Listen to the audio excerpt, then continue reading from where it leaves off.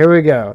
Welcome to the Chesty Polar Bedtime Stories podcast, where we, a bunch of old, crusty lieutenants, captains, and NCOs from the intelligence community, from the Marine Corps and the Army, tell you forgotten facts about history, the government, the military, and all you should probably have learned in high school.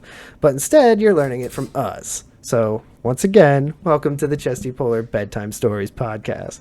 And for the first episode, we're going to be going over the forgotten invasion, the Allied invasion and occupation of Russia in World War I. Stefan, take it away. Beautiful introduction. So, I have a face for radio, so this is perfect. Yeah, I feel like you have a nose for it. That's fucked. So, yeah, in terms of what we're going to be covering, for those of you that are listening in, we're going to be going over the forgotten invasion. A lot of people forgot that the U.S. invaded Russia in World War I, which is pretty interesting fact, and we actually didn't learn about this until Cody and I were in Afghanistan together, and our task force commander wanted to get some sort of OP,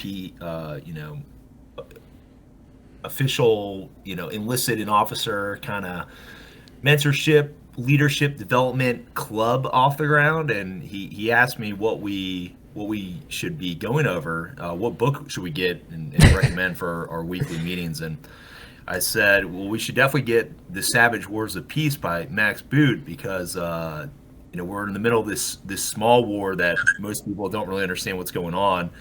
And we actually have been in small wars for almost the entire existence of our nation, and people don't seem to realize that America fights small wars. It's just what we do.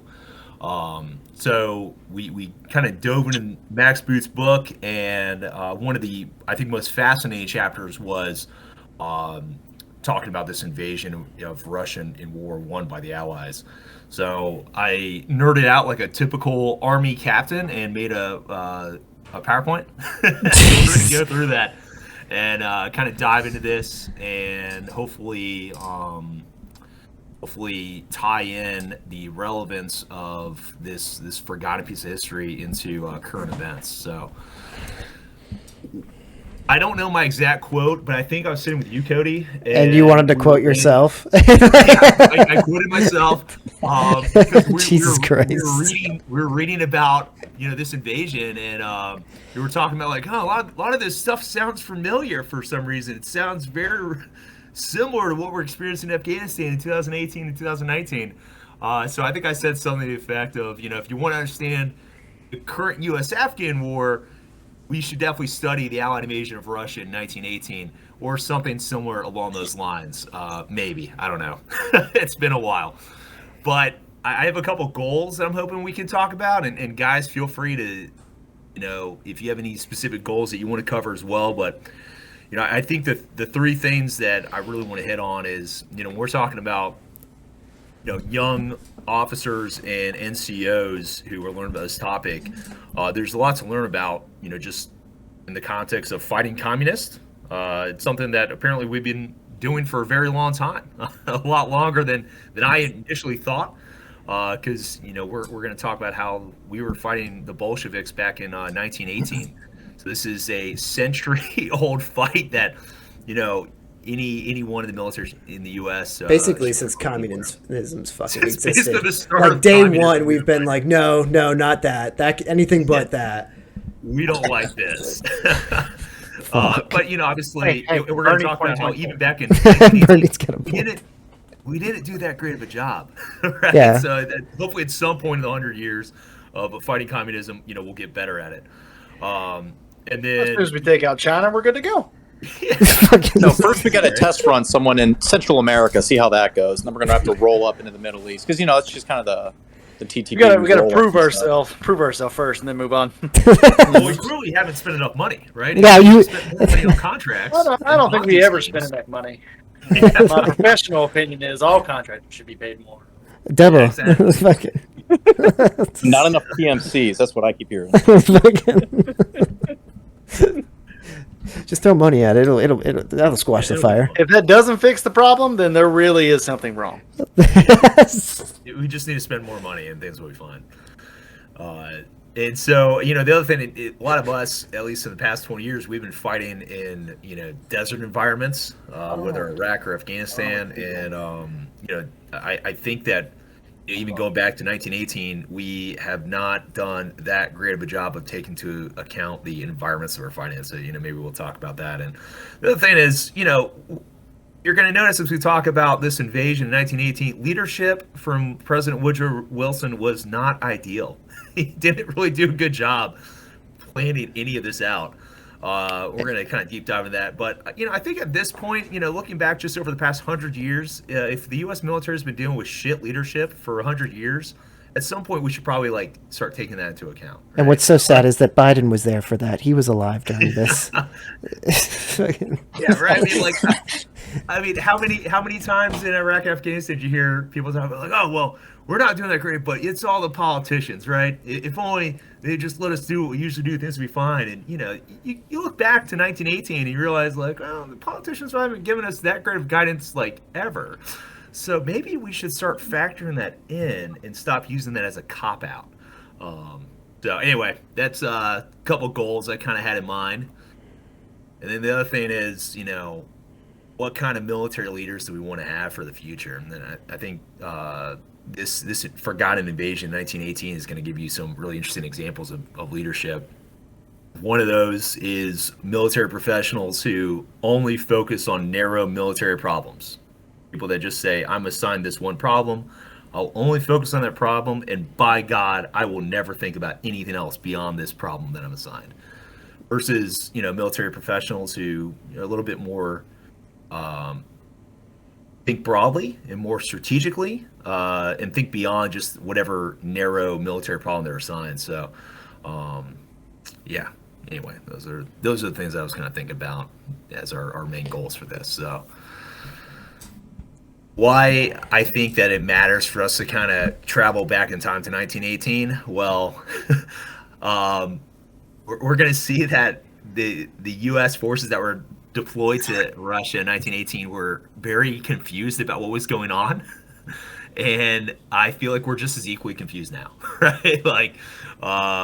We know that Russia is going to be a huge threat. We know China is going to be a huge threat. Even now, General Milley mentioned in his Department of Defense budget hearing in June of this year that Russia is one of our major threats to not only us but to our allies and our partners.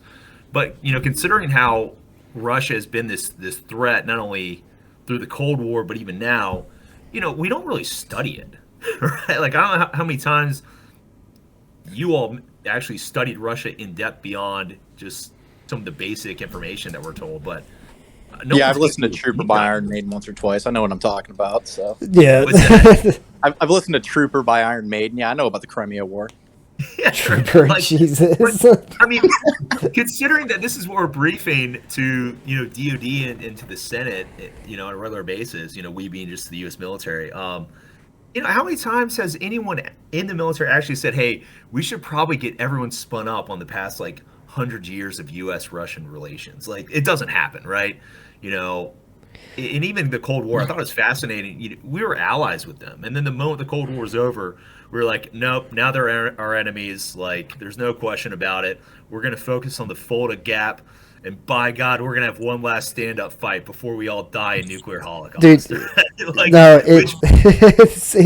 it gets even crazier than that, because when you think about Fulda Gap, and most people don't know what that is, that's a little place in Eastern Germany, right between Russia and or Poland, right? Yeah. Yeah, and so the scouts in Eastern Germany, their whole task was to literally called DIP, D-I-P, die in place. And their whole role in life was to radio up to high command and be like, hey, the Russians are coming, we're about to die. And then just get red waved over. And I only know of this because that was my dad's mission as a scout in 1988. He's like, yeah, my job was to die in place. Literally our standing order was to stand there, tell them when the Russians were coming, and just, hey, they're here, bye. Like fucking no training, no Russia theater S2. It was like, no, just tell us when you die. Like fucking.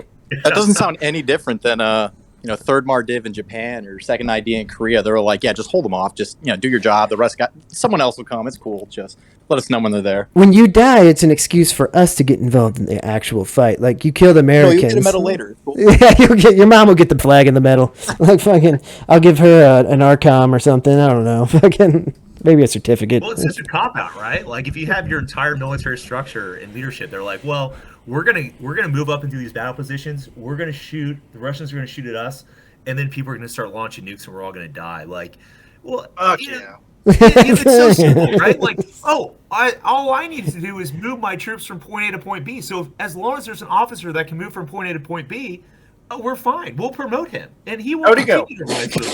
I was about to say, how do you think I got to captain? Like a fucking. That's the standard, right? The standard's like, hey, don't think about winning wars. You're just going to think about how to move your troops to their battle positions, shoot as much as you can, and then just die. Forward. All things. It's like, should we promote this guy? He's not very good. But I do think he can move his troops from point A to point B and then die. That's still great officer to me, man. That's promote colonel level right there. That's how you pin that star on. Some of you may die, but it's a risk I'm willing to take. Yeah, I mean, he bravely ran away. It's fascinating. But so we've structured our force for this near peer fight, but we never dive into the historical context. Right? Like we never even think about case studies of say what did our war in Russia previously look like? In fact, people are like, war in Russia, what do you mean? We've never done that. I can't tell how many times talk to other officers, no idea that we invaded Russia in World War I. Absolutely none.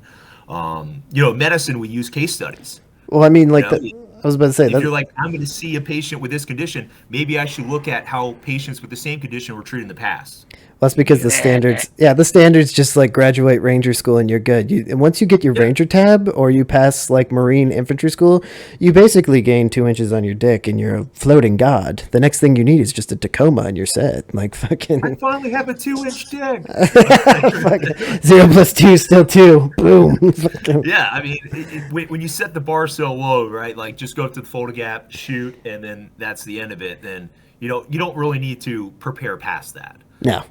Why would you? So ultimately, history probably won't repeat itself, but it'll probably rhyme. And I hope you guys will kind of see how this forgotten invasion of Russia back in 1918 definitely rhymes with Afghanistan. At least to me, at least that's how I kind of see it. No, it did because you said I vaguely remember this. All I know is that there's 2 different units here. One actually takes hold of the situation and actually fights the communists. And the other is just well, the orders said we weren't supposed to do that. And it's so bad. And when you deploy or you do anything in the military, that's what it is. It's there's those NCOs and those officers. That's not in 3-21. Exactly. I don't think that's going to be possible. Somebody you just want to reach across the desk and be like, I'm going to fucking kill you. And then there's that one guy going off the reservation, getting Article 15s and almost getting kicked out. And it's he's the one guy you want a firefight. Yeah, that guy. That's why soldiers always say I want somebody with a DUI or an assault charge. It's because he's willing to do what needs to be done. And then you get... get drunk and drive? Wait. Yeah, get drunk and drive. No, you're right. The fucking dude that's been in the books forever. But we want, from an NCO's perspective, our leadership, at least for me, I don't want some guy that has literally only been staff his entire career, and now all of a sudden he's in charge of my company, which happened to me in the past. And it lasted 3 months because he got removed from command. So that just tells you what happens. If you put somebody in a staff position and you don't let them lead troops and you don't let them interact with people, and then they come to a combat unit, the first thing they do is screw up. Literally, they don't know how to deal with us. It's like a homeschool kid. So can't do Yeah, that. I mean, you don't belong so here. bad. Yeah, they don't belong. They just don't belong. You can't. And I'm not saying they're bad people or they can't be fixed, but when you've already made it, because when the guy I'm referring to made it all the way to captain before he came down to become a battery commander, And now he it hosts was a like, wow. podcast. No, I mean, Yeah. Bronze star recipient right there. Right, hey, And the thing that killed me is when he With showed valor. up. yeah, with V. When he showed up, the first thing he did at his change of command was complain about an argument he had with his wife on having to come into PT early. Oh my god! Like, how do you do that in front of all your combat troops? How do you do that? Like, I mean, it's just It's it's too- two different types of people. It's Like, so early. Oh no, you're gonna see it. Yeah, Like I man. said, I vaguely remember this, but it's literally peacetime officer who follows the code, and then the guy who literally breaks off and does his own thing and almost saves our entire timeline from communism. It's like that. Sum it up is just a coalition of the willing. We're like, hey, there's this thing called Archangel. You guys want to go? And they're like, of course. Yeah, I didn't get to France in time, so that sounds fun. like I said, Sort of. Well, I think you guys are going to appreciate this because it's actually very, very fascinating how this plays out. I was going to talk to you some more about Foldagat, but I feel like we hit that pretty good, right? Like, Go die. Go die. Anyway, so let's kind of dive into some of the nuts and bolts of this forgotten invasion. So most of what we're going to cover is coming from the Blood on the Snow chapter in Max Boot's The Savage Wars of Peace. So if you haven't read that book before, definitely worth getting. It is very enlightening. why aren't they smiling? So here's kind of the background for those that aren't familiar with what happened to this. So Was exhilarating. Ooh, nice. yeah, so President Woodrow Wilson was reported to be exhilarated when he received word that the liberal revolution in Russia deposed the Tsar Nicholas II on March 17, 1917. So Woodrow gets up in a Congress in April, and he gives this huge speech about how Russia has always been, in fact, democratic at heart, and essentially selling this push for us to support this new government that's kind of rising in Russia. And so this also kind of ties in with Woodrow Wilson's overall goal for getting America involved in World War I, where his whole push was this is going to be a crusade. We're going to make the world safe for democracy by getting into World War I. And so this is the whole events in Russia with Nicholas II getting deposed, all kind of tied in, at least initially, with Woodrow's narrative of we have to go to World War I, we have to fight this crusade for democracy. However, on November 1917, the Bolshevik Party overthrew Premier Alexander Kerensky, dissolved the Constituent Assembly, and proclaimed a dictatorship of the proletariat. So obviously that kind of threw a mild wrench into Wilson's plans. And then on March 3rd of 1918, the Soviet government signed this one-sided treaty of Brest-Litovsk with Germany, essentially taking Russia out of the Great War, taking them out of World War I. And in the process, they ceded the Baltic provinces, Ukraine, and southern Russia to Berlin. So they were essentially like, hey, we're going to bounce out, and then you can have all this territory. And so 3 days later, the British had some ships off the coast of Murmansk, and they dropped off 160 British Royal Marines to establish a beachhead in Russia right after this declaration by the Soviet government. Where's it? I was about to say, where's Murmansk? Yeah, Why would you so drop soldiers all the? I mean, look at- hold up, Marines, all the fucking way up there.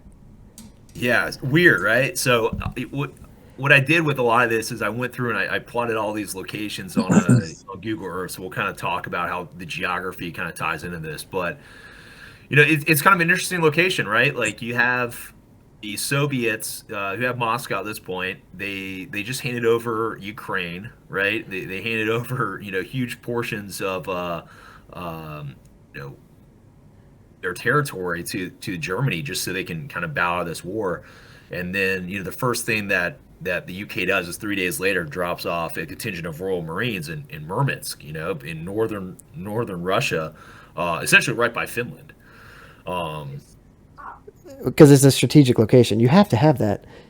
I was about to say, it's literally, I think the only thing that stopped them was because they couldn't go between Denmark and Norway, because that's where the U-boats were. But like they literally said, instead of trying, let's put you like 12,000 miles from Moscow. Yeah. Like you guys can walk the rest of the way, right? Like yeah, we're gonna see how that definitely geography matters, right? Like this didn't even probably the best location to drop off an invasion force. At only But it 160. just looks like a hasty CP. They're like, hey, just if anything happens, we know where to go from there. But it's a good. All 160 of you. Yeah, you guys will be fine. Yeah, you can defend the Falklands. Yeah, you're good. And then I thought it was kind of interesting. So General Pershing, he had some views about our involvement in Russia early on. So at this time, Pershing was commanding the American Expeditionary Force in France, and he was completely against any involvement in Russia. He was very focused on the Western Front. He was very focused on the trenches. He thought any involvement in Russia was completely unnecessary because in his mind, and he apparently is quoted talking about this, military professionals should only focus on narrow military problems. They should only focus on defeating Germany. So General as Pershing. long as they focus on defeating Germany in World War I, then everything will be fine afterwards, right? Nothing bad will happen after defeating Germany. Literally the most narrow view. Literally the guy we were talking about. That it's not my problem. And it fucking sounds like you should go down the hall. Yeah, because Pershing's view was as long as I defeat Germany in my narrow military problem, and granted it wasn't that narrow a problem, but defeat Germany, and not think about anything else. I'm the winner, right? That's a contractor's mentality. I was hired to fight Germany, not the Russians. Yeah, you got that wasn't in the contract. You got to extend that. We're gonna have to renegotiate and add that in. That's a bonus right there. I'm gonna need another star if you want me to fight Russia too. But just name a neighborhood after me. Yeah, even Iraq, right? We go into Iraq and we didn't answer the larger problem of what will Iran do with now that their barrier to the West is removed? Dude, what will Syria do now that this power vacuum has been created? That's like first Gulf War shit, right? Like we defeated the Republican Guard in Kuwait and trounced the Iraqi army and but what do you do with Iraq and Saddam? Well, that wasn't the deal. The deal was they get out of Kuwait. You just left him up there. All poo-poo the face. Same thing with Afghanistan, right? Let's go into a landlocked country. Hey, should we be worried about all these nations around this country? No. Nah, yeah, good. They're out of bounds. Out of bounds. Don't even think about them. They're not involved. They might be involved. No, don't. Only focus on your narrow problem, right? Yeah, what about the Russians buying up bases in Central Asia? No. They're not going to do that. We're like, why are the Chinese making deals with the Taliban to get these, lithium mines? Oh, Jesus Christ. Oh, no. Don't think about that. Yeah, the Chinese won't be in Baghdad or Bagram when we leave. No, yeah. They're there now. They were there. They got there 20 minutes after we left. I was about to say, they were probably there after we left, right when we left. And it's gone. Landed. I think it's so validating, right? Here we are in, 2021, and what the hell were we doing the past 20 years? Why were we just focusing on all these narrow problems? And then you go back in time to 1917, 1918. It's oh, got it. This is just what we do. Yeah. West Point. Goddamn them. So I do want to talk about a aspect of this Russian invasion that will come up a lot during this conversation. So the Czech Legion.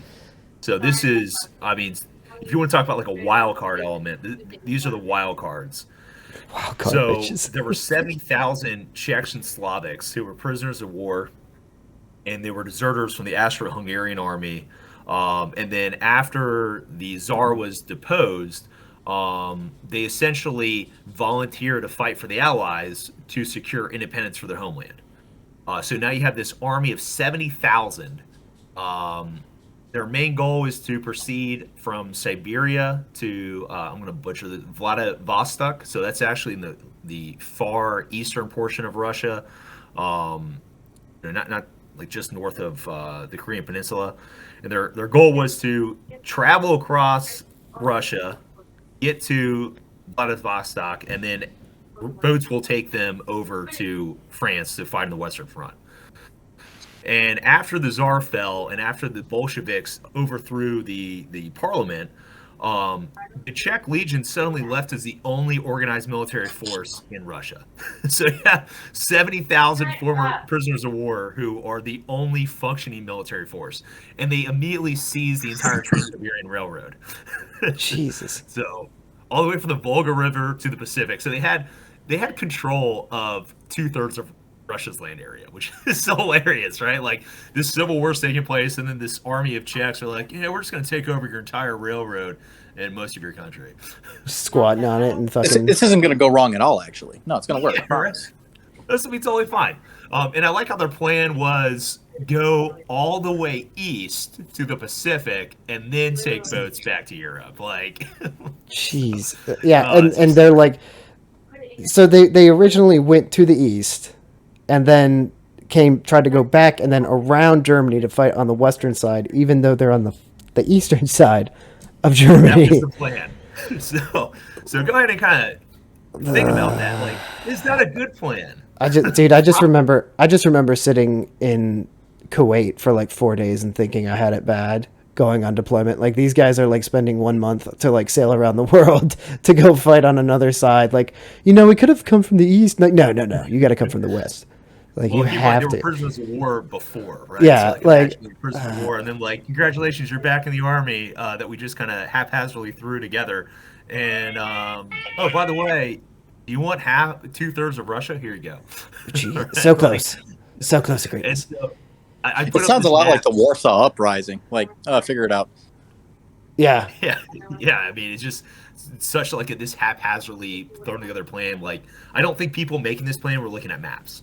Right? Like, I don't think they were looking like, oh, where's Vladivostok? Like, well, we're near Moscow, we're near the Volga River, but the Pacific can't be too far away, can it? Yeah, it's just like one piece of paper that kind of got mislabeled instead of like freaking like Vyatka, which is in the center of Russia. It's like Vladivostok and like stamped, and it's like all the way across to Russia. Like, wait, what? Like, jeez. Yeah, according to my map, it's only 2 inches. Yeah, you're good. Yeah. Like the Monty Python skit. Like, we've taken a whole 2 inches. Like, yeah. What does that represent? 2 inches. Like, yeah, I put up this map too on the left. For those of you who can't see, essentially it outlines how much of Russia the Bolsheviks actually controlled until February of 1918, and how much the anti-Bolshevik forces controlled. And like, the Bolsheviks they didn't have that much territory, right? They kind of consolidated around Moscow. They kind of pushed down to Astrakhan, down by the Caspian Sea.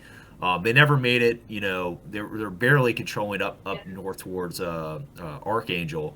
But it was very fluid, this power struggle between the anti-Bolshevik forces, the Bolshevik forces, and then our wild card, the Czech Legion. It's just kind of seizing the railroad and taking control of everything else.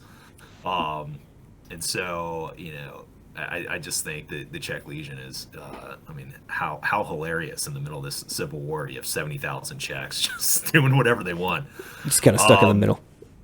Yeah, so I did put up a map up here, talking about how by May of 1918, the Czech Legion was strung out. So you have 70,000 Czech Legionnaires strung out across the Siberian Railroad from Penza in western Russia, not too far away from the Volga River, all the way across the Trans-Siberian Railroad to Vladivostok on the Pacific. So just a straight line that is 3,800 miles, which it's a lot of territory to only have 70,000 people strung out across. And so they're trying to control this like in massive stretch of railroad. What is that? How many soldiers is that per mile? Like, it's just not enough. Yeah, not nearly enough. Yeah, you're each And responsible for like close to 1/10 of a mile of area. Like, good luck. Yeah. Like, what? So I'm assuming, once again, I'm assuming the Czech Legion did not look at a map. They're like, oh, we'll just, we'll go east. The Pacific can't be too far away. We'll just jump on this railroad. And, sure enough, the Trans-Siberian Railroad was not accommodating, right? There were shortages of locomotives. They were constantly making deals with the local Soviets to like just move their forces across this stretch of 3,800 miles, and it just devolves into a shit show. So the Allies Supreme War Council says, hey, this is a great time for us to jump into this. They asked the Czechs to remain in place. They just said, just wait there. Yeah, rip. Yeah. Yeah, right? Hey, I know you're strung out across 3,800 miles and you only have 70,000, legionnaires, but just stay where you're at. Don't move anyone. We'll be in touch. Don't call us. We'll call you. And then, for whatever reason, the U.S. felt this moral responsibility to safeguard the Legion. So, Woodrow Wilson, on July 17th, 1918, he had this aid memoir. The bottom line is, kind of viewed all of Russia as fair game, essentially from Vladivostok to all the way to Archangel. The only legitimate object for which Americans or Allied troops can be employed, he says, is to guard military stores, which may subsequently be needed by Russian forces, and to render such aid as may be acceptable to Russians in the organization of their own self-defense. So, I won't, see his whole thing, but he basically says, hey, we're gonna help the Russians. We're gonna safeguard the Russians' future, and we're also gonna help the Czech Legion as well. So the real question is, well, which Russian force, right? You had the Bolsheviks who were there. They're kind of strung out, just trying to hold Moscow. You have the anti-Bolsheviks, but that's kind of a conglomerate of different entities. And then, in the middle of this, you have the Czech Legion. And then, the other question is like, well, to what extent are you going to help these Russian forces, right? It wasn't described, it wasn't laid out, so it's very ambiguous in terms of the guidance. Yeah, and that's how you end up with like those one guys who are like, well, it says I kind of have to help you, so here's some like food and water, and then there's those other guys which are like train, advise, assist, and accompany. They're like going out on every mission with the Russians, like, I'm helping you. I'm helping the shit out of you. like I'm gonna be your support by fire. That's how much I'm gonna help you. Like, you just fight. I'll shoot from the side, buddy. No, you like, watch me do this. No, if anyone asks, you did this. Yeah, like fucking. Yeah, and the great thing about this invasion is we have two separate divisions. We'll talk about it in a sec, but we basically have like two separate case studies with the same guidance who do radically different things. But before we kind of dive into that portion. I did want to go over, this is my like semi sort of deep dive Russia leading up to this. Obviously I was limited by time, so my deep dive is not this is more like a shallow dive. Oh geez. But Winston Churchill, he described Russia as a riddle wrapped in a mystery inside of an enigma, which I thought it's a Triduncan. is a great prelude to what we're going to talk about with this Civil War, because it's completely insane. But what Churchill famously said definitely applies to what we're going to talk about between 1918 and 1920. And in this conflict, the Red Army, they successfully defended the Bolshevik government. It's this Bolshevik government's being led by Vladimir Lenin, and they have these multiple different anti-Bolshevik armies and interventionalists that are kind of challenging them for Moscow. And so there are two main groups that are opposing Lenin at this point. So you have these non-Bolshevik left. So these are people that were initially with Lenin, but then they started to feel alienated by Lenin once he got rid of the Constituent Assembly. So once the Bolsheviks overthrew the Constituent Assembly, these initial allies of Lenin were like, this may be going south. It doesn't look like we're going to have a seat at the table. We should probably do something about this. And then the other group were were called the Whites. They're kind of more leaning towards the right side. They are primarily a volunteer army in the Cuban steppes. They're basically made up of the survivors, from who fought in World War I. They're under General Anton Deninik. And it's a small force, definitely a lot more professional than what the Bolsheviks have, but they don't really have the numbers necessary. And then we talked about the Trans-Siberian Railroad initially, but in terms of key infrastructure in Russia in 1918, like this is like the most thing. important aspect. It was only completed in 1916, so it's only by the time that the U.S. troops show up in 1918, it's only been up for 2 years, and so it covers 5,772 miles of train track right through some of the worst landscapes on Earth, right? Some of the bleakest landscapes, and it connects about 5,800 gulags, so it's incredibly important. Like. Yeah, I think the other thing too, and the Czech Legion found this out, is when they were making this railroad, no surprise, they cut corners. So it's like the foundations were bad. There were a lot of shortcuts made, and that's one of the reasons why the Czech Legion was slowed down so much in moving those 70,000 troops all the way to Vladivostok, is because the train tracks were just garbage. So they're like fixing the train. They're fixing the Trans-Siberian Railroad as they're going about this, like just fucking free labor. Like, just, in the middle of a civil war. Right? Perfect. So, like, not the best time. So what does the U.S. and the Allies do? Well, this plan has come up with where they're going to have 2 separate expeditionary forces. So the Supreme Allied War Council says, okay, we're gonna appoint the British Army Major General Poole. He's gonna take over the North Russian expedition. You remember those Marines already seized that beachhead, up in northern Russia. They're like, okay, we can move from here. We have this flotilla. We're going to take the British Army's 236th Infantry Brigade. We're going to take a contingent of Royal Air Force, fighters and bombers, and then the Army tasks out 5,000 personnel, who are basically unfit for the Western Front. They're like, all right, you can go with this British, expeditionary force to Archangel. And then the French Provisional Colonial Infantry Battalion, the 21st Provisional Colonial Battalion, they assign 2,000 soldiers, and then the Italians sent about 1,350 soldiers along. That's how you know it's quality. Russian expedition. When you get Italian infantry. Like, are we on the wrong?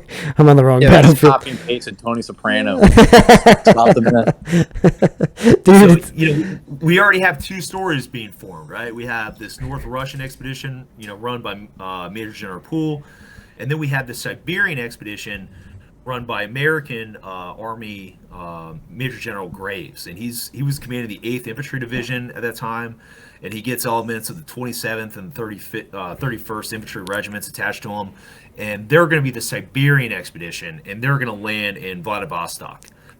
And the British assigned 829 soldiers to that expedition. The Italians give 1,400 soldiers. The French give 107. And then the Japanese, who were just supposed to send a small contingent, are like, well, bam, 70,000 troops. Which is, made... General Graves shows up and it's like, why are 70,000 Japanese troops here? So just another dynamic, right? You have the Czech Legion with 70,000, strung out across the Trans-Siberian Railroad, and then the Japanese show up with 70,000 in. When was the Russo-Japanese War? Like, it couldn't have been 20 years. Like 10 years prior. So yeah, the Japanese are like, yeah, we're sending a peacekeeping force. Yeah, like, yeah, just don't look at Manchuria. That's our one-off. Yeah. Yeah, don't look at that way. Yeah, 10 years later after the ass whipping, they're just like, yeah, we'll send some guys. We'll totally. Yeah, can you imagine the look on the Japanese face when they're just like, hey, you guys want to send a peacekeeping force? And they're like, where? I'm like, Russia. Oh, hell yeah. Oh, fuck yeah. The Brits couldn't find one more guy to go. Yeah, such an odd number. What were they at? What was their number? 829. The Brits at 829. They couldn't round it out.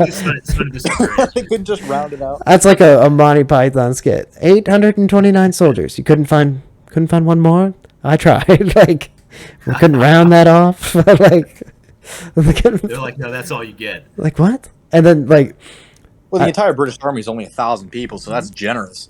Well, yeah, like a regiment's like, I think it is. I think a regiment's only like 900 people in the British Army, so it's like that's quite a bit. That's quite a lot. The Japanese, like, yeah, sure, whatever. Like, I think it was Bismarck who said, if the Brits ever invade, we'll just use the police to round them up. Like, oh, that hurts. That hurts. I was gonna be like, why are the, like, at no point in like the 1900s do you want to be standing next to an Italian infantryman, but there's Italians on both sides of this, so it's not like you had like a clue, like which side was gonna lose. So, but the I second, can just imagine how happy Benito was to have zero political rivals at that point. Like, oh, everyone left? yeah, all 3,000 of the army. Okay, cool. like, sorry. I don't have it. Yeah, CCC. Yeah. Jesus. So this is the invasion force. This is the Allied invasion force. And so, the army needs, or the Siberian Expedition. So Major General William S. Graves is at the helm for this. He's a native Texan. He's a relatively experienced guy. So he served in the Philippines, and he served with Pershing in the punitive expedition in Mexico in 1916, 1917. So he's not. He's if you look at his just his resume, you think that, okay, this guy, he knows how to get into a fight. He gets it. But there's something that interesting that happened before Graves was even sent over there. Is on August 2nd, 1918, Graves gets this telegram. So keep in mind, he's going to be the guy that is going to lead half of the invasion force into Russia. All he gets told is to meet the Secretary of War, Newton Baker, and he's told that his 8th Division, who he was planning to go to France with them, they're not going to France anymore. He says, congratulations, you're going to Siberia. And Newton is quoted as saying, this contains the policy of the United States and Russia, which you are following. Watch your step. You will be walking on eggs loaded with dynamite. God bless you and goodbye. Like, what? No other information. Then don't send me. Don't. Graves gets no information about the military, political, social, economic, or financial condition in Russia. So no intel brief. Nothing beyond like a short, like, hey, good luck out there. By the way, don't Watch fuck your up. step. Yeah. So that's all he gets. Jesus. Can you imagine? Like, hey, by the way, on the way out the door, just like grabs him by the collar. You're in like fuck island. Like, there's no out of this. This is, if you screw this up, it's over. And there is 100,000 different ways to screw this up. And you're like, what? Toodles. like bye, have fun. Like, wait, what was that last part? Eggs You will not be a war hero. You Yeah. will not get a parade. Yeah, no war hero, no parade. Eggs loaded with dynamite. What, that last part? What? War hero? Go, you'll be fine. Yeah, watch your step. Take it easy. Take it easy, bud. Like, fucking. So, I'm assuming, once again, like, I'm assuming if you're Graves, right? You've already fought in the Philippines. You fought in Mexico. Like, he's ready to go to France, right? He's not a coward. No. He's getting the 8th Division ready to fight. But then he gets told by the Secretary of War, like, you're walking on eggs loaded with dynamite. Good luck. Here's no other information. And so, I'm assuming he, like, dwelt on that guidance a lot. And whatever it did to him mentally, he basically becomes this great spectator. So he shows up in Siberia. He's got a pretty decent sized force. And the Brits and the French that are waiting for him there are like, fantastic. Graves is here. The Americans are here. Let's get to work. We have the Czech Legion trying to fix this railroad and hold 2/3 of the landmass of Russia. And then the White Army, they're clearly fighting the Bolsheviks and not doing that great. Like, let's help them. And Graves shows up and goes, no, I'm good. I'm just going to hang back. He refused to help the White Army. He interpreted his orders to mean he should remain neutral in the Russian Civil War. So apparently, the president was important enough to send him, right? Like, hey, we're going to send you with 5,000 Americans, but we don't want you to do anything. Remain neutral. So this is how Graves interprets it. He's like, okay, I'm going to be here. physically, but mentally, we won't be engaged at all. That's basically what he did. Oh, me? Yeah, I'm completely checked out. Yeah. Dude, Well, that, was right. dude, So that's you had the Brits, you had the French, you had the Czechs, and you had the Russian White Army. They're like, all right, time to engage the Red Army, time to go on the offensive. And Graves is like, not us. And not only does he say not us, he kind of impedes anyone else from doing that. So it even got so bad where with Graves' guidance, the Americans weren't even confiscating weapons from suspected communists. So there were like Bolsheviks roaming around the Americans. And Graves' orders were essentially like, hey, remain neutral. So they're just watching these Bolsheviks armed, attacking the whites who were supposedly their allies, or attacking the Czechs.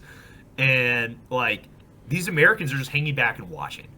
Like, how terrible is that? Dude, he's literally just like having flashbacks to the Secretary of War grabbing him, being like, eggshells loaded with dynamite. And he's like, oh god, like, don't do anything. Just stay put. Which says a lot, right? Because once again, the guy fought in the Philippines. He fought in Pershing's punitive, expeditionary, war in Mexico. Like, he's not a coward, but he completely checks out mentally. So I think it's interesting, right? Like, you guys mentioned earlier, that's no one wants the staff officer to show up and take command. But like in this case, this is kind of the opposite, right? Like Graves was engaged. Like he had his, I don't even know if they had combat infantry badges. No, they didn't. Right? He earned his like he's been in combat twice, but he gets this opportunity to go, and just the lack of guidance of essentially this man shuts down. And furthermore, like not only is he neutral, he's clearly not doing any reconnaissance, right? He's not getting intelligence. He's not engaged. He gets quoted as saying, I'm well on the side of safety when I say that the anti-Bolsheviks killed 100 people in eastern Siberia to every one killed by the Bolsheviks. So he's basically saying, like, it's the anti-Bolsheviks that are killing people in eastern Siberia, and they're way worse than the Bolsheviks. Which is insane because he clearly had no idea that in all the areas under the Bolshevik control, Lenin's secret police, the Cheka, or Czech, however you pronounce that, they were just executing people by the thousands. Like, you're a class enemy, dead. Other class enemy, dead. Let's kill your family. Let's kill all your friends. You're another class enemy, dead, right? Yeah, it's just how you say goodbye in Russia. I mean, it's just, it's an everyday thing. Yeah, but clearly Graves is there. So not only is Graves not engaging the enemy, he's not even doing reconnaissance or intelligence collection. Like, literally exactly what he was told to do. Perfect. Promote ahead appears. Like, he like how fast like he basically had this bias that he was going to remain neutral and just refused to either hear the intelligence, right, or refused to even let people go get intelligence for him. And just sat back and was like, well, it's okay that I'm neutral, right? It's okay because they're all bad anyway. I don't need to help the people that are actually our allies. I'm fine. I can just keep being a spectator. And then, even the Supreme War Council with the allies was upset. The U.S. State Department was upset. They were like, let's relieve this guy. But apparently the Wilson administration were like, no, he's fine. He's okay. Jesus. Which, this whole thing is just like, it's hard to wrap your head around, right? Yep. And so let's talk about the Northern Russian expedition. So this is commanded by Major General Frederick C. Poole of the British Army.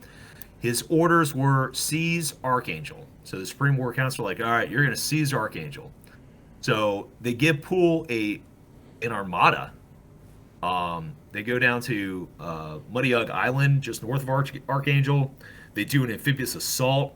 It's assisted by seaplanes. Like, that's kind of badass. Like, I'm sure that was, cool to plan and execute. From World War One. From World War One, he had seaplanes. Like that. Right? These are like the diamonds. Yeah, they're like all 7 of them. All 7 of them. Yeah, all 7. And then, they link up with the anti-Bolshevik forces. They link up with the whites. They seize Archangel. And then the locals are cheering them, right? They're cheering them on. It's like a liberation force. And then at the back, supporting Poole up in Archangel, he's got a flotilla of over 20 ships. We're talking about, he's got the 236th Infantry Brigade, So he's got about, to be fair though, 5,000 of those men were declared unfit for active duty by the British Army, so they're going to Poole. The Royal Air Force is like, we'll give you some 2 squadrons of biplanes and monoplanes. They do have open cockpits. That won't be a problem in northern Russia, will it? As they freeze to death. So basically, like, they had planes, but after their initial invasion, like, they didn't have any air support after that. And then he gets, 5,700, soldiers from the U.S. Army. They come from the 339th Infantry, the 337th Ambulance Corps, the 337th Field Hospital, and a battalion of engineers. And then the French, we mentioned the 21st Provisional Colonial Infantry Battalion, give him 2,000. And then he's got his 1,350 soldiers from the Italian Army. So this is kind of the state of what it looks like. So remember, you have the Northern Expedition under Poole. You have Graves over in Siberia just like kicking back and just watching everyone fight each other and not doing anything. And then you have our wild card, the Czech Legion, still strung out. Just doing everything. Railroad. And you had the Bolsheviks kind of roaming around. They're primarily around Moscow, but they're gathering forces along along Siberia and along the railroad as well. So Archangel, the elements are not ideal. On the positive side for the Allies, the 339th Infantry, which is Detroit's own, they actually had some native Russian speakers, but the entire infantry regiment had no combat or military experience at all. They're all kind of draftees. And then, unfortunately, while they're on the transport ships, there's a influenza epidemic that breaks out. Which us living in the COVID era, right? Like, everybody put your mask on. They weren't wearing their masks. They weren't vaccinated. So 100 end up being dead or dying by the time that they show up in Archangel. And then one American private wrote as soon as they got on, it said, "Mud, filth, and dark skies were our welcome. We were disappointed, disgusted, and disheartened. Our welcome was unpleasant. Our prospects gloomy." So these guys are all pretty butthurt that they didn't go to the Western Front, which is where they thought they were going. And then it's like, hey, surprise, you're actually going to Russia. It's just the same thing, but colder, guys. I mean, seriously, they're butthurt about not being on the Western Front in World War One.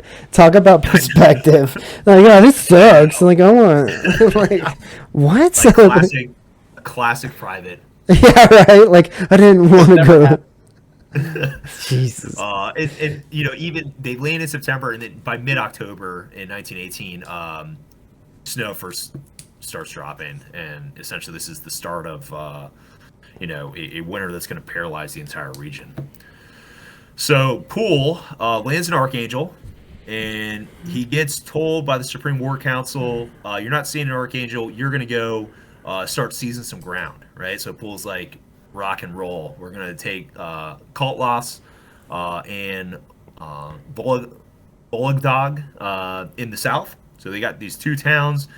Their ultimate goal from the Supreme War Council is take territory, seize terrain, seize key infrastructure, and link up with the Czech Legion in Penza. And you can see just how far away Archangel is from Moscow here. It's 600, about over 600 miles.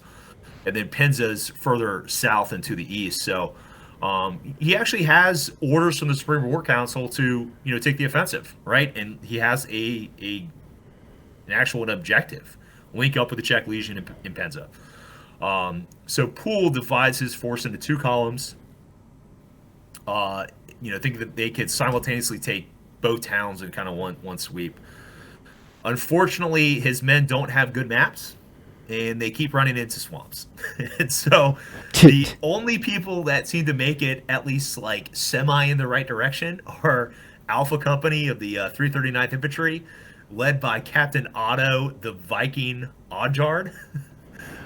He makes it to a summer resort in Shenkursk, which is also hilarious, right? So you have this infantry unit, and they decide out of all the different, villages they can go to, all the different places, they go take a resort. They essentially take a Russian It's like a all right, Russian sandals. Like, yeah, like we made it to the Russian sandals. I think we're gonna post up here. This is as far as we can go. yeah, they send that out. They send that sit rep up. They're just like, yeah, we definitely can't go any farther. You sure? No, can't make it past the hot tub. If I can. Guys, we can't make it any farther, right? So they make it as far as a resort. This is where they decide to make their like. They're like, we'll make our stand here. This is where I'll die. Or until the beer runs out. We're gonna figure out what comes first, you know. Yeah, right.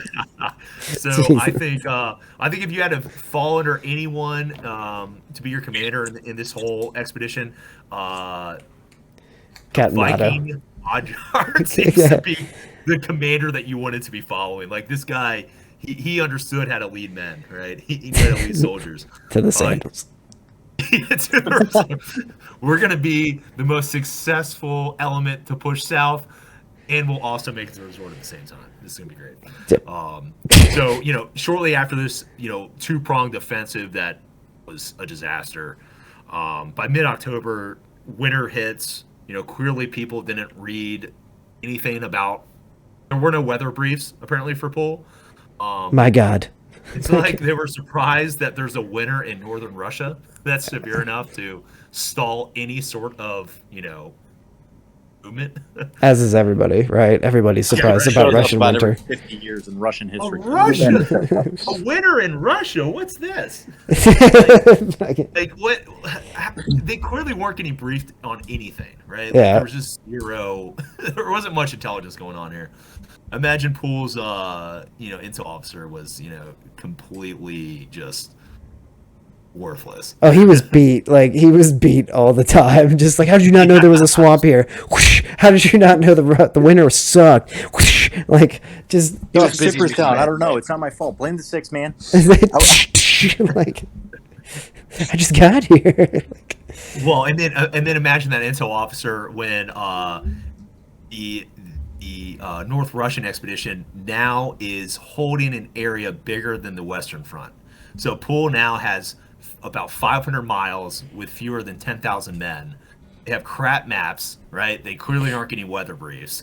Jeez. They're clearly not going to make it to their objective at all. And if you look to see how far Penza, Russia is away from Archangel, you're like, there's no way they're going to make it down there with 10,000 men. No, but the Czechs are helpful. Asking how it's going. Yeah, it's going good. Yeah, never better. Yeah, and so when he landed in September of 1918, the Red Army was still getting going, right? By the end of 1918, the Red Army had 1 million men, and then if you fast forward 1 year, they had 3 million. So the exponential growth of the Red Army is clearly quote volunteers. Yeah. Yeah, right. So 10,000 men. When you think about an army the size of 1 million growing to 3 million within 12 months, clearly 10,000 men aren't going to cut it. Yeah. Jesus. So there were some interesting, notable people at Archangel. So we talked about Poole. Once again, Poole was not, he wasn't a coward. He wasn't, he had a good reputation. He was made. He actually made. He got the Knight Commander of the Order of the British Empire in 1919. Like, people clearly thought highly of him. He ends up retiring as an honorary Major General in 1920. What's fascinating about Poole, though, is despite getting this knighthood and getting promoted to an honorary Major General, he immediately leaves for England when this guy General Ironside shows up. So this Ironside, General William Tiny Edmond Ironside, he's supposed to serve under Poole, so he shows up at Archangel, and General Poole immediately goes, "Okay, well, you got it. See you later," and pieces out. But he still gets his Venator awards, right? You got to make sure that happens. He leaves in the middle of the fight. He abandons his expedition. He just leaves. He heads back to Great Britain and just hands. Gotta go to the bathroom, guys. Be right back. Never comes back. Yeah, but he just goes like back. my dad. Notice. Yeah, guys. Same time tomorrow. Yeah, I'll be back on. It's cool. And then here's another like interesting thing. So, Lieutenant Colonel George E. Stewart of the 339th Infantry Regiment, so an American lieutenant colonel, he had a Medal of Honor from the Philippines. But the moment that this guy shows up with his infantry regiment in Archangel, he pretty much just gives up responsibility for his regiment. He doesn't leave Archangel. So when the rest of the regiment's trying to push south, Stewart just stays in Archangel, and he stays in Archangel the entire duration of the campaign, and all his men hate him. So he had shin splints. He soft shoe profile. Soft shoe profile. This isn't some staff officer who just gets handed an infantry regiment, right? Like, he won a Medal of Honor, but he's completely worthless in this campaign. And essentially all of his men hate him. Baby, it's cold outside. See, the problem was he was out processing. He was in his 30-day window. Yeah. Well, he didn't see the command climate. I think he was skewed before, and it's a whole thing. Excuses. He had a lot of reports to put together. A lot of briefs to give in Archangel. PowerPoint to put together. A lot of PowerPoints. Very hard. Very hard. But yeah, I no think one of the most interesting is, I promise. Yeah. Well, I mentioned Ironside and how he relieved General Poole, but this William Tiny Edmond Ironside, he is this monster of a man. So he's 6'4", he's 270 pounds. He apparently like crushed it, in his military career, and gets the wartime rank of brigadier general. He speaks 16 languages, from Urdu to Russian. Like, this dude he's a tank, right? He's probably, out of all the people in the North Russian expedition, like, Ironsides, even though he shows up later, I mean, he's clearly the one guy that seems to really to actually be able to lead. So we talked about how the Archangel expedition, they try to push south. They clearly can't do it. And so they're kind of in this position where they just kind of settle in for the winter. But the Red Army was like, man, we're going on an offensive. And they end up attacking Tulgas. There's this group of low, like, dirty log houses that these engineers build. So they were thinking about building trenches, but they're like, we're probably not going to build trenches in northern Russia in winter. So these engineers get tasked with building these, like, essentially these, like, fortified log cabins. Nice. So the Russians throw, a whole bunch of their resources at Tulgas. It's only being held by one company of U.S. infantry, one company of Royal Scots infantry, and one section of the Canadian field artillery. So they got about 600 men total, and then over 1,000 soldiers of the Red Army attack. And as they're attacking, they immediately start, like, blasting through these defensive lines that the Allies have set up. And there's this awesome story about Lady Olga. And apparently one of the Russian Red Army, like, commissars makes it into the Allied field hospital. And he orders his men to just start killing all the wounded Allied soldiers. And this crazy Russian woman throws open the door and just starts cursing him out. It turns out she's his mistress. And she's basically like, if you kill these men, you will never get this ever again. Oh my God. I would disagree. He's like, whoa. That sounds about right. I don't want to not have sex. So we won't kill him. And then Lady Olga ends up, taking care of all these wounded Allied soldiers, like, right in front of him. Oh my God. So, and then the legend has it that the commissar ends up going out to fight again, gets mortally wounded, stumbles back in the hospital, and dies in his mistress's arms. And looks at her and says, "Earn this." Randomly shoots one of the guys before he goes. They didn't need it anyway. Fucking dude, okay, so I gotta put a story on this because you said it was the commander's mistress, right? Yeah, supposedly.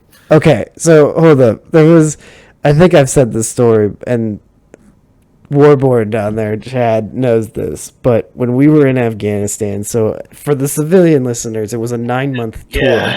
You know what I'm talking about. It's a 9-month tour. Okay, you are not supposed to have sex. You are not supposed to drink alcohol. You're not supposed to do any of this stuff in Afghanistan. Now, when we were there was a lieutenant colonel who had a contractor girlfriend. Everybody knew it. He's a lieutenant colonel walking around with this brunette Eastern European. Just deployed 7, maybe 8. Yeah. America 3. Yeah, 4. but she, yeah, no, he's with her all the time. He's in the gym with her. He's in the DFAC with her, and I don't know as a commander how you can look your men in the eye after like 6 months in a foreign country and be like, "Yeah, guys, this is tough," when like you've got this fucking mistress next to you, like fucking. Like, "Oh yeah, sir, thanks. You're really roughing it out here with us. Thanks, man." And like, his mistress turned on him mid-deployment. Like, oh, the horror. Can you imagine the Bolshevik soldiers? Like, they all probably felt the same way, right? Yeah, they're just like this guy. Overzealot commissars, like, murder these wounded, and then like, you know, his mistress rolls in and starts like bitching him out. And then, you know, I'm sure all the Bolshevik soldiers like, God, I fucking hate this guy. Yeah, he's the only one of us getting laid in the entire like 100 meters. Like, the only person getting laid in this contingent of 1,000 men, the worst human being here. Yeah, right. No, guys, I'm roughing it too. I have it hard too.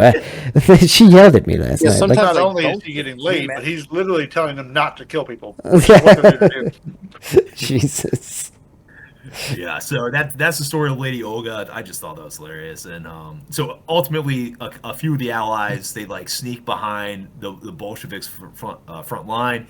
They end up blowing up their arms dump, and then like at the same time, the Vina River, which is where they were like, you know, they had a bunch of boats bringing troops and supplies up. It starts to freeze, so the Red Army is like, all right, our asshole commander who had his mistress, he's dead. You know, we're out of here. Just, like, Which means she's single. Yeah. So we can't take Togas. We have other things to do. Yeah. There's a single female now. We got to fight over her. This is a game changer. This just changed it. So yeah, so they end up Pistols at dawn. They end up just retreating. I'm assuming to decide out who's gonna try to win Lady Olga's heart next. So that's the Red, their first real counterattack against the Allies in northern Russia. Well, it wasn't long before they tried again. So the winter's pretty bad, but around January, the Red Army is able to move up essentially 1,000 infantrymen, and they're all wearing white uniforms, so they're just blending in with the snow. And then randomly they start shelling the American positions, and then these 1,000 infantrymen with bayonets fixed all just kind of stand up and start charging the American positions at the summer resort. So this is where the Alpha Company, the 339th, so Captain Otto the Viking Odjard, he's here. And, essentially Alpha Company, I imagine, has been living the good life at the resort. And now they need to repel 1,000, charging Soviet soldiers, and they have about a total of 1,000 Allied troops, to include the White Army that had a contingent there to defend Shenkursk, where they were at that night. And it was apparently bad enough that the Allies realized that they could not defend Shenkursk, and they actually withdrew in the night, which hard to say, right? They seem kind of relatively evenly matched. Apparently, I think ultimately the will to fight at this point was pretty low, right? Like, it's in the middle of winter. I think morale was pretty. Whatever pretty do you low mean? across the board for the Allies, and so they end up leaving at night, and they end up taking a whole bunch of civilians out too with them. But while Alpha Company of the 339th survived, it basically is the start of the Allies realizing there's no way they're going to be able to link up with the Czech Legion, right? There's no way they're going to be able to seize the terrain needed to make it down to Penza. And then so now this kind of starts the slow retreat of the Allies out of northern Russia, which is basically the beginning of the end. So the American troops, which this is like super depressing. They learn in February through a newspaper that U.S. troops were getting withdrawn from North Russia. So, like, the War Department didn't even think it was important enough to officially notify Colonel Stewart of the 339th Infantry Regiment. Officially. And these are the And guys that are These actually guys just- kicking yeah, ass these and taking troops, names in the North. Like, yeah, right? They just had this major defeat. The Soviets are, like, pushing on the offensive, and they get these newspapers saying, we're pulling everyone out of North Russia. Like, how that's gonna be like losing, like, you're like 4 years old and you lose like a baseball game, and then your mom and dad get a divorce and you're like, well, was it because I lost? Like God damn it. You Like, blame yourself for the next 50 years. it's just like you're getting like you're like batting cages at 38 years old crying. Like, that's how you gotta feel, man. Like, you lose one battle and then the newspaper says, yeah, we totally screwed this up. You're like, what, hold down. Like, yeah, so mutinies start occurring, right? Like, the Slavo-British Legion, the French colonial troops actually start mutinying. Morale just tanks. And then by April of 1919, the Americans are already turning over all their defensive positions to the White Russian Army. And then by April 25th, not even at the end of the month, the White Russian garrison murdered all their officers and surrendered, just surrender to the Reds. So, like, Yeah, brother. it wasn't even within like a month did the White Russian Army just fall apart. And then by June, all the U.S. forces were evacuated from Archangel. So that is the end of the American involvement in North Russia. Now, not the end of the Allies, because General Ironside is still there, and he decides to do one final DELOP, one final covert operation. It's described as their last, like, hoorah before they leave. So Don't worry, guys. We got this time. you can turn this bad so boy the around. Americans are gone, right? A huge chunk of their force is gone, and Ironside is like, all right, They'll never see us coming. Yeah, they'll never see us I coming. think we're gonna run away. They decide to take 3,000 British and White Russian soldiers and attack 6,000 Bolsheviks on the Dvina River on August 10th. And once again, this is just their last hurrah. It's Ironside's trying to do everything he can to set the White Russian army up for success, thinking that he can at least give them a defensible position. So it's actually successful. They do a good job, but weeks later, all the British evacuate Archangel, and they end up taking 5,000 Russian refugees with them, which I imagine may have been something a little bit like the withdrawal from Afghanistan. That's a lot of people. Were they hanging on to the biplanes? No. Yeah, hanging on to the open cockpit biplanes. Take me with you.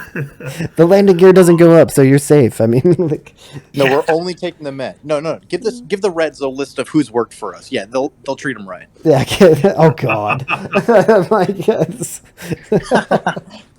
Yeah. So after the Allies leave, the Ironside, he did everything he could, right? He gave them a defensible position, but the White Army only held out till February 21st, 1920. And then the Red Army marched into Archangel, and then remember that beachhead that the Royal Marines took, Murmansk?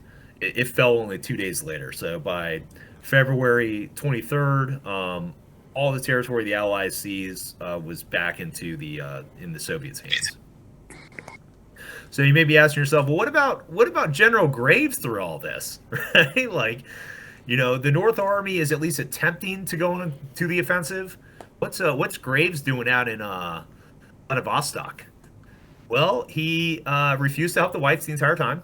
He spent his entire time not fighting the Bolsheviks. He essentially spent his entire deployment just trying to keep the Japanese from seizing all of Russia's Pacific provinces. So it was just spent all his time just trying to hinder the Japanese. And I mentioned how his men were told not to seize weapons, so Bolsheviks are just running around, armed right in front of the Americans, killing, shooting at the Czech Legion, shooting at the whites, shooting at the other allies. And the Americans essentially say, we're not involved, so nothing bad can happen. So ultimately they get super complacent. And June 22nd of 1919, 5 U.S. soldiers were fishing on the Chuchin River, and they were captured by Bolsheviks.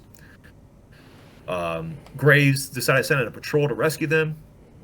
They immediately come under fire by the Reds, and 5 U.S. soldiers are killed in the fight. 2 days later, Lieutenant Lawrence Butler, who's leading Alpha Company of the 31st Infantry Regiment, decides to bivouac his company at the base of a strategic hill. So there's this hill, right next to the railroad and some other roads, and he decides to have his company go to the very bottom of the hill.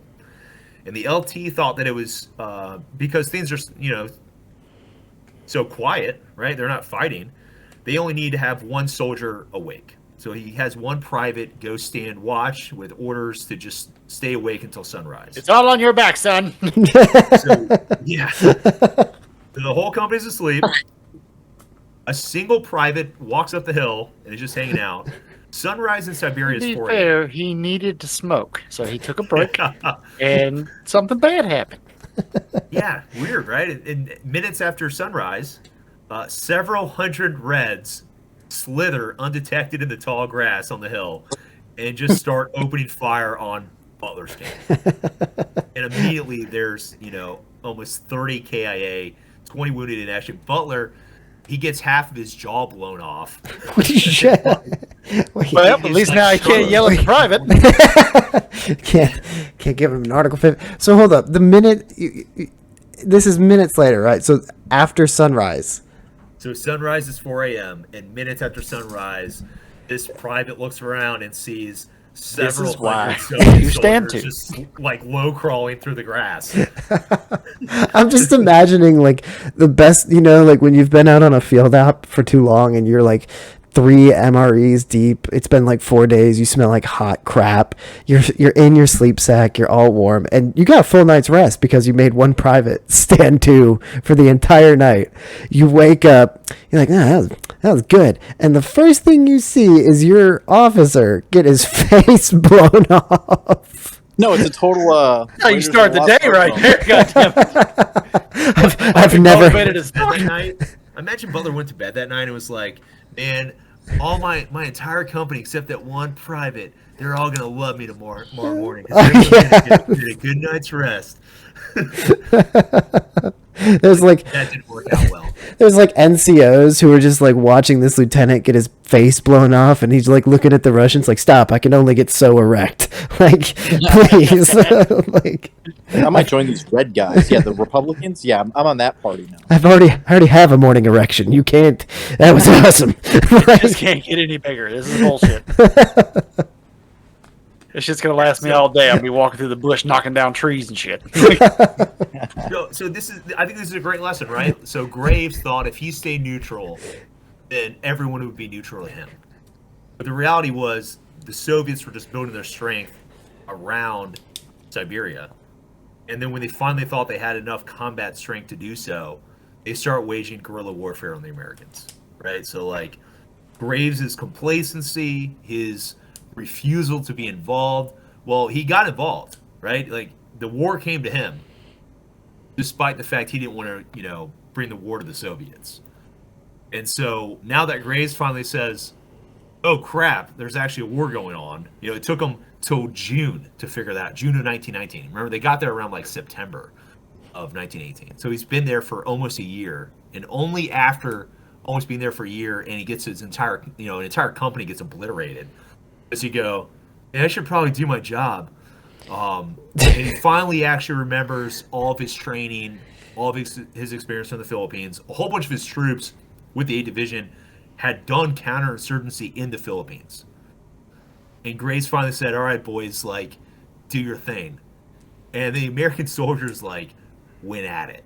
And they just started using all their counterinsurgency techniques from the Philippines and just started immediately brutally suppressing this Soviet guerrilla warfare.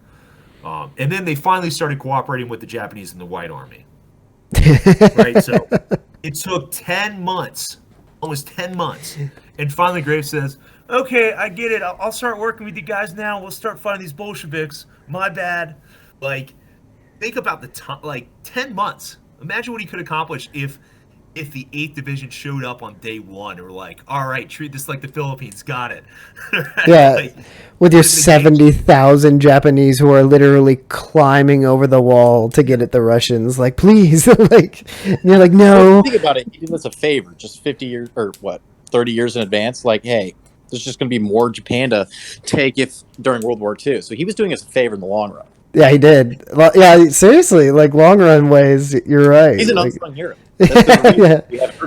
Him being a pacifist, like, saved the U.S. Marine Corps from having to invade mainland Russia again. Like, well, geez. you know, I do think it's fascinating. So Graves finally starts being a warfighter in June of 1919. By August 7th, 1919, the U.S. and their allies had already killed over 500 Soviet soldiers. Right? Like, he went from 0 firefights for 10 months, just ignoring all the fighting, right? Like, I'm not going to fight these guys. And then finally, when the American soldiers who had, most of them were veterans from the Philippines, once they were finally, the leash was taken off, right? Like, once they were finally like, all right, weapons free, boys, 500 Soviets dead within, like, a month. What is it? Average numbers. Yeah, I was about to say rules of engagement with Samuel L. Jackson when the. Oh yeah, I imagine it was something. Where's the motherfuckers? Like, when he just starts shooting down from the embassy at the crowds. Yeah. Hey, they had guns. Yeah. Because it took 10 months to do it. I was afraid for my life. So the Soviets, the Reds didn't start fighting the Americans until after they had depleted the White Army pretty extensively. So by this point, the White forces were incredibly disorganized. And even after deciding to cooperate with the White Army and the Japanese, Graves still does not continue to supply the Whites. So from Washington and from Graves' assessment, they say by the end of August 1919, they say the Whites are a lost cause. It's not our fault, it's not our fault that we didn't help them for the past 10 months. They're a lost cause, cut them loose. And so all the supplies that are coming in from the Allies to the anti-Bolshevik forces, just the tap got turned off. And within just a couple months, the Whites, who had their capital at Omsk, it fell, and it was just total chaos. Apparently, the White Army leaders were fleeing with, like, stockpiles of gold. There was a typhus epidemic that killed 60,000 people. There was, like, widespread banditry. Refugees were just fleeing en masse by, like, the tens of thousands. Sounds a little familiar. All us is tradition. Weird. Weird what happens when you decide to rapidly cut off supplies to, the allied force that you have of the country you invaded, and how quickly things descend into chaos, right? Jeez. So the entire any hopes of an anti-Bolshevik force that could actually, seize control over Russia again and give us a democratic Russia were just completely obliterated. And so at this point, President Wilson ordered Graves to withdraw in January of 1920, which is interesting, right? Because the Americans in the North Russian expedition were evacuated, months earlier, right? They were completely gone at, I think, June, the summer of 1919. But for some reason, Wilson, who seemed to be okay with Graves being a neutral element, he keeps them in place until January of 1920. And then by April of 1920, all U.S. forces were evacuated. And then by September of 1920, the Czech Legion, of what remained of it, they had 13,000 KIA strung out across the Trans-Siberian Railroad. 13,000 dead Czech legionnaires. And then they just all decided, I'm just ready to go home. So the ones that survived, the ones that actually made it to the Pacific, just left. Didn't they start out with 70? The Japanese, it was 70. Oh my God, what is that? Like, that's like an 80% attrition rate. That's not good, right? That's so, like, yeah. Jesus. Literally, the Czech Legion was like, all right, we just want to go home. You know, those poor guys, they were on their way to leave, and they get ordered by the Supreme War Council in, 1918 to just stay put, right? Like, don't move. We have a plan. Fast forward to September 1920. Well, that plan was terrible. Yeah, like, thanks, buddy. Dude, if I was Czechoslovakia, I would I would never have joined NATO. I will never be sold out by the Allies. Quickly move. We don't have a plan.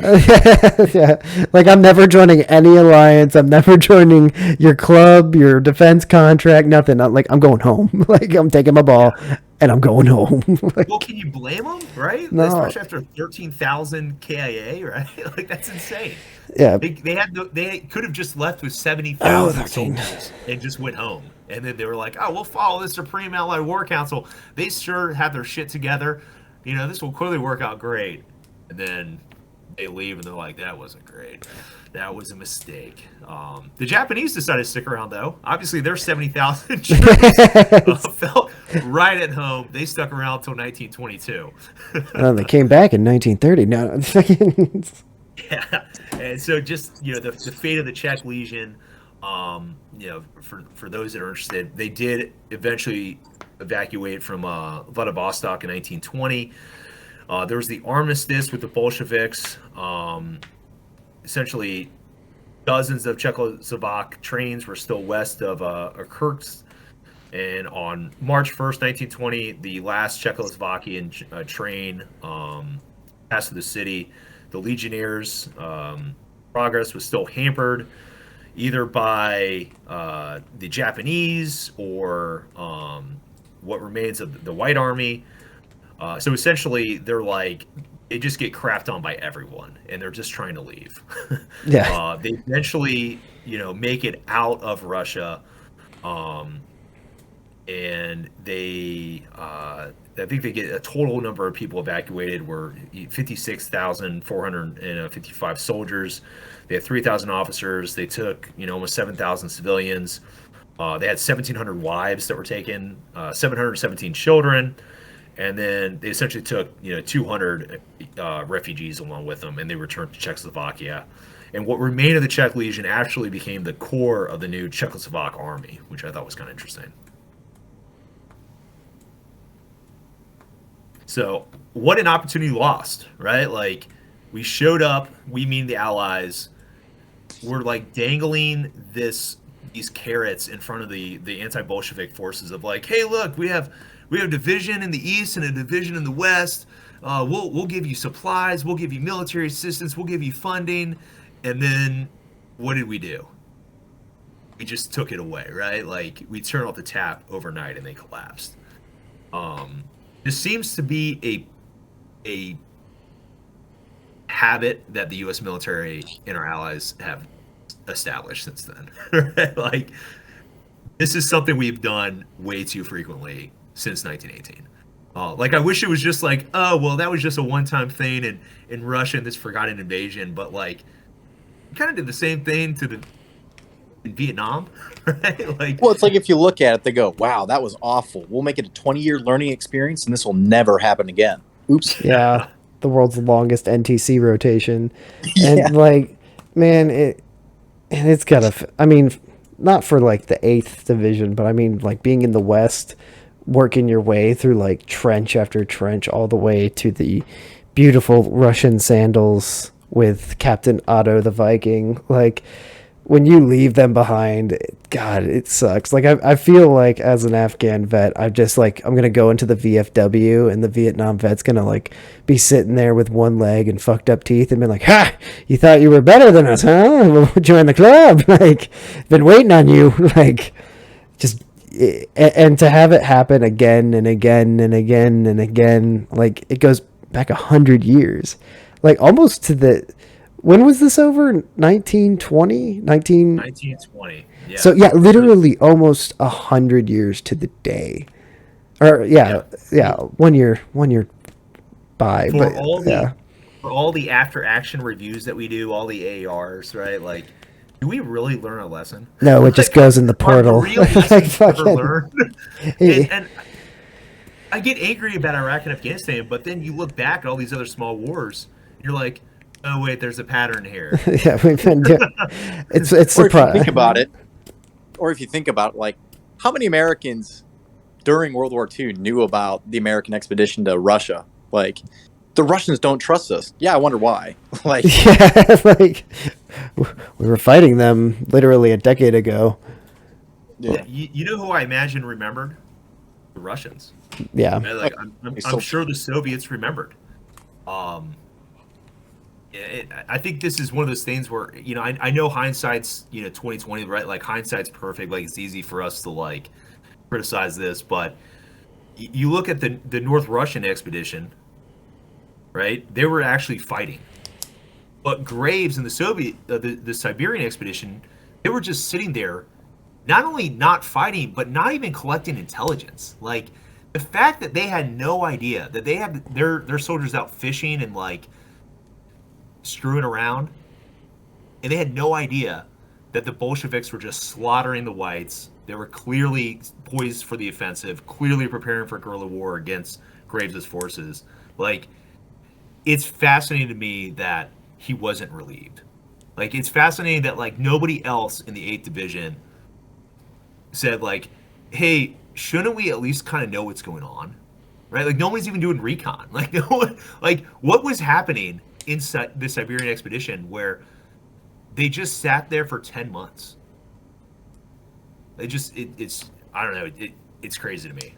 well, I mean that's like now, right? Like, so you have two essentially, like if the Western armies fight, they're gonna win.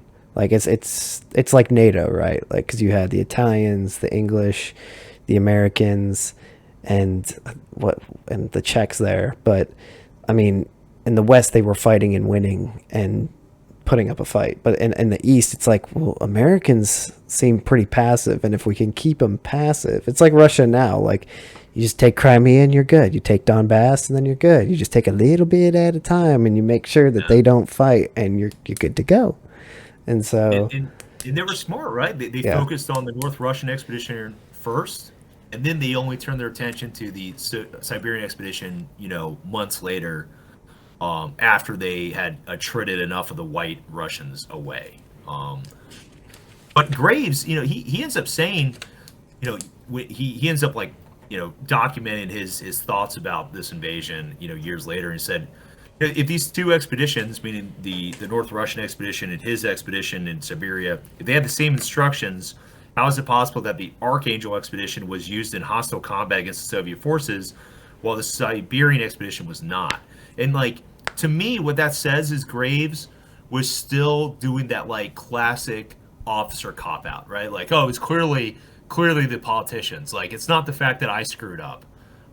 Those politicians were just holding me back, right? But like, were they given separate instructions, or were they given the same instructions, except the British just communicated a little bit better with Poole compared to what was being communicated to Graves? I don't know. I don't know what the answer is, but so interesting, to kind of compare and contrast those two radically different approaches to warfare, right? Between the North Russian expedition and the Siberian expedition. I mean, I was about to say, like, the same thing happened in Vietnam. Like, those FOBs that didn't go out and patrol and keep an eye on the enemy. When they did go out and patrol, all they found were minefields, punji pits, VC, ambushes, because they didn't own any territory. They didn't have anything that they could call their own. It's the same thing like in Afghanistan, those FOBs that did nothing, usually there was like 20 IEDs on the road before they could even get onto the main Highway 1. And it's like, if you don't get out there and do something, that's how you end up like that lieutenant, just dead in your sleep sack in the morning. Yeah, I mean, I think the line between being a lazy warfighter and being a neutral warfighter, right? Neutrality versus laziness, like, they're basically the same thing, right? Like, it basically equals the same outcome.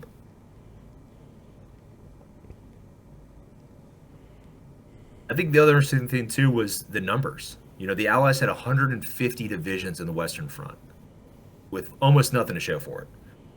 And, military historians have thought, if they just allocated 2 to 3 additional divisions in Russia, they could have changed the world. the world would have been radically different, right? Imagine if Poole actually had, 2 divisions to push south to link up with the Czechs. Like, that could have potentially been a game changer. And then, the white Russians, the anti-Bolsheviks, they were outnumbered, they were outsupplied, but even though they were outnumbered and outsupplied, they got really close to victory multiple times. It's very feasible that the Allies gave them like an actual tangible nudge, like we were supposed to. Yeah. Right? Like Wilson's speech implied that we would. We could have had a radically different post-War I Russia. And you look at the cost. So in the North Russian campaign, the U.S. lost 244 soldiers. They lost 144 from combat and 305 that were wounded in action. The Siberian campaign, despite Graves's neutrality, he lost 160 killed in action, and then he had 168 who died from accidents and diseases during those 10 months that they were quote neutral. And he had 52 wounded in action. I like that you threw in accidents. There were a couple accidents on the Siberian campaign. Clearly, there were a bunch of drunk privates at one point. They're not fighting; they're going to do something dumb. Sure. And then, what's the strategic cost, right? Well, what do you guys? How would you quantify or quantify or qualify the potential value of a democratic Russia from 1920 to present day? You can't, yeah. Hard to do it, right? No, you can't. And I mean, that's who fought against us in Korea. Like, they supplied the North Koreans, they supplied the Viet Cong, we supplied the Mujahideen. And then, what was it, 4 years ago they talked about Russia paying the Taliban? It's literally been our arch rival for the last 100 years. Yeah. I mean, imagine if instead it was, the Russians were run by, a democratically elected, system that remembered that we helped them defeat the Bolsheviks, right? Yeah. Instead, the Bolsheviks took over and then remembered, hey, remember those allies that invaded our country during our Civil War? Right? We're clearly not ever going to get along with them. And so, I thought there were definitely some common themes between the Russian invasion in 1918, 1920, and Afghanistan, right? Military occupation may end up hurting the side that you want to help during a civil war, and you may end up aiding your adversaries. And we definitely did that in Russia, right? We're supposed to help the anti-Bolsheviks, but we ended up kind of dangling military support and finances and logistics over in front of them, and then we took it away immediately and they collapsed. Kind of same thing with the Afghans, right? We're dangling all these air support with AC-130s and A-10s and special operations advisors and all this logistics support and all this financial support, and then we're like, and it's gone. Right? What did we think was going to happen? Yeah. There's clearly a common theme between the Russian invasion in World I and Afghanistan with there's no clear vision, right? There was never really a clear vision for what Poole or Graves were supposed to do in Russia. And then, we still deal with this issue of not having a clear vision when we go in and we conduct these wars. And there's clearly an impact of not understanding the geography and culture of where you're fighting, right? Just like how Poole didn't have maps and didn't know that he probably shouldn't launch a ground offensive in, October in northern Russia. That would be a bad time to do it. We just seem to time and time again not really fully understand the geography and the culture of where we're fighting. And as you guys remember very well, how the Afghan army collapsed within days. Oh God. And I think days is generous. It was more like hours. Yeah. Right. So there was this Afghan commando, a 3-star general who ends up. This was August 25th of this year. This 3-star Afghan Army general who used to command the 215th Maiwan Corps. So he led 15,000 men. spent his time fighting the Taliban in southwestern Afghanistan. Basically lays out that they were completely betrayed, not only from their own government, primarily from their own government, right? With Ghani just like escaping and just ending negotiations, and how, they got told by us that, the Afghans weren't fighting. The reality was, the Afghans, at least according to most estimates, they lost 66,000 troops over the past 20 years, right? Like that's 1/5 of their estimated fighting force. And, we made these deals with the Taliban in February of 2020. They lost all their contractor support, maintenance support. There was a ton of corruption. And, we go back to the Russian invasion and the White Army. As they're starting to lose against the Soviets, the White Army generals were fleeing with all the gold that they captured. Like President Ghani. The Tsar collapse. Like leaving. Like there's definitely this common theme that seems to come up between the two. And so, we kind of talked about this a couple times already. If your country was invaded back in World War I, would you still remember? Right? Like, clearly the Russians remembered.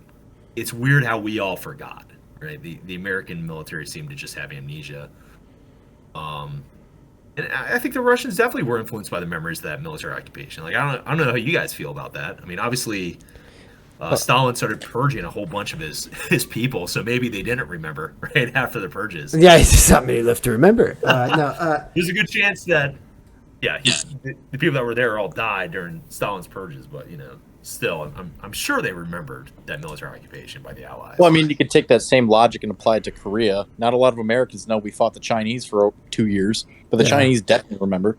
So, Frozen Chosen. Oh wait, that's them. Yeah, dude. No, it's. I mean, speaking of Chesty Polar. Yeah, right. So, no, it really is crazy because if you go to DC, which half of you guys are there, but if you go to DC, the World War I memorial for the U.S. is like this little pavilion off. Like it's not even on the same street. It's on the other side of the street from Korea and World War II.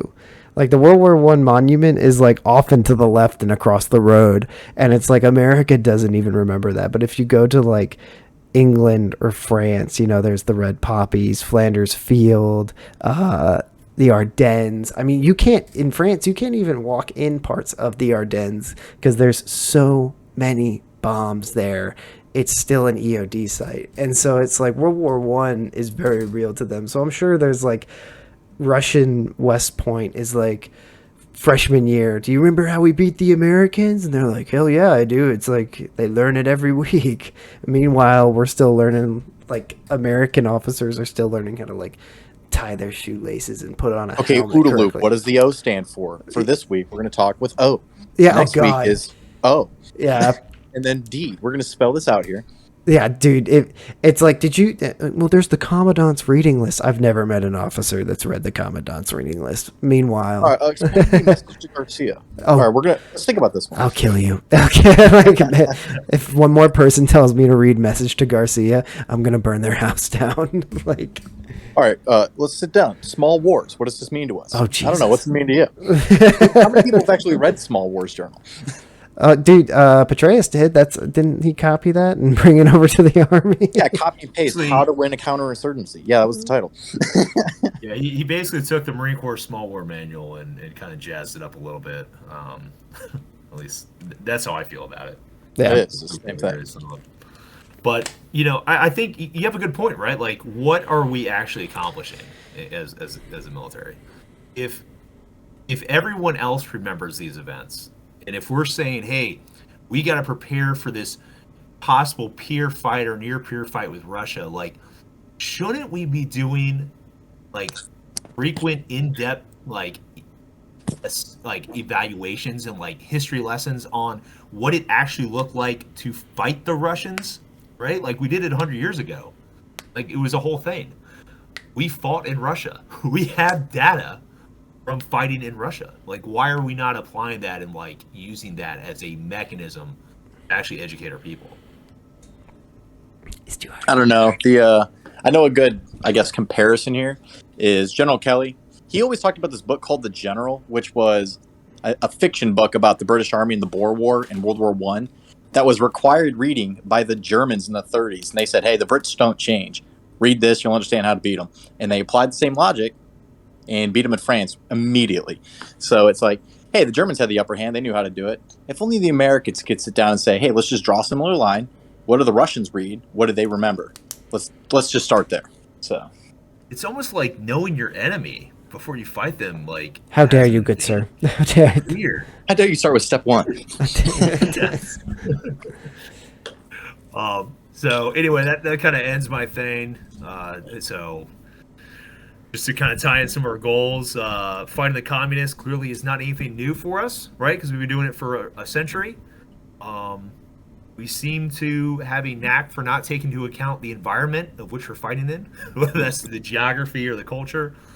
And I think a lack of political guidance should just be, we should just accept that as a reality, right? Instead of using it as a cop-out excuse, like what Graves did, or what many officers in the past 20 years have done. Like, maybe we should just accept, like, we probably won't ever get good guidance. Like, if we weren't getting good guidance 100 years ago, do we really think we're going to magically start getting great guidance for military operations now on the political side? Like, maybe not. And then, it kind of leads into what kind of officers do we want to create? Like, do we want just a bunch of General Pershings that we can hand them a checkers board and say, just play checkers, right? Like, here's your narrow military problem. Don't think about anything outside of this assigned problem that you're given.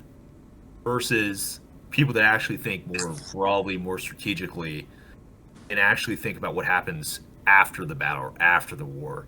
Because I don't feel like we've had too many of those people.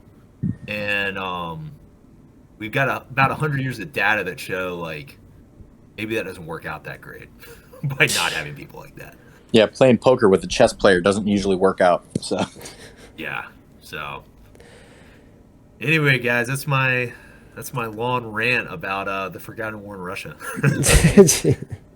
your doctoral Good thesis. Killed it. Hope that wasn't too dry and boring. Well, I mean, No, like, that was good. no, you're good. And I mean, like, this is like, you got a commute to work, and trust me, there's at least 1 million guys who would listen to this versus like anything that's on the radio. So it's good. yeah, NPR. And we'll figure it out like as a template as we're moving forward. So, but in the future, the next one's gonna be me. I don't know what I want to do. I want to do mercenaries throughout history. I'm thinking about shitting on Dynacor because they trained the ANP. It's a great story. Everyone's like, oh god. Might do that. I might do the Crimea. I don't know. But in the future, we'll work it out. And so the only one of us that needs a shout out is Click News. Matt runs a open source intelligence Instagram. It's called Click News, CLIC.news. If you find the kangaroo, you know where to hit it. But in the future, we might do Twitch runs. We might do any number of things just to determine how the podcast goes. But this is the end of episode 1 of Chesty Puller's Bedtime Stories. And if you're not asleep, you should be. Good night, Chesty, wherever you are. Chesty.